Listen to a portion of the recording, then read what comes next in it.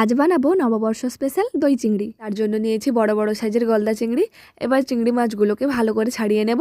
এবার কড়াইতে তেল দিয়ে দেব সর্ষে তেল। এরপর দিয়ে দেব কালো জিরে, দেব কেটে রাখা পেঁয়াজ,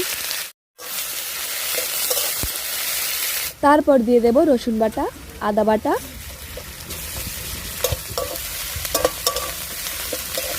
দেব কেটে রাখা টমেটো। মাছগুলো ছাড়িয়ে নেওয়ার পরে ভালো করে ধুয়ে নিয়েছি। এবার দেব টক দই, দেব হলুদ গুঁড়ো, তারপর দেব নুন পরিমাণ মতো, সব শেষে দেব সর্ষে তেল। তারপর সবকিছুকে ভালো করে মাখিয়ে নেব। চিংড়ি মাছে সবকিছুকে ভালো করে মাখিয়ে নিয়েছি। দিয়েছি হলুদ গুঁড়ো, এবার দেব লঙ্কা গুঁড়ো। এবার চিংড়ি মাছগুলো দিয়ে দেব।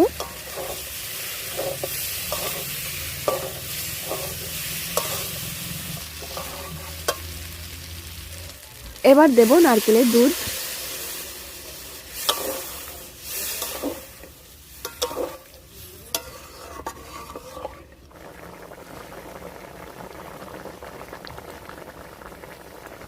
এবার দেব নুন পরিমাণ মতো।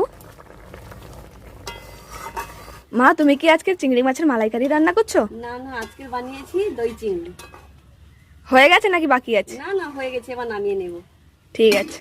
আমি ভেবেছিলাম মা আজকের চিংড়ি মাছের মালাইকারি রান্না করছে, কিন্তু না, মা আজকের বানিয়েছে দই চিংড়ি। চিংড়ি মাছের অন্যান্য রেসিপি থেকে এই রেসিপিটা কিন্তু সত্যিই খুব সুন্দর, একদম অসাধারণ খেতে।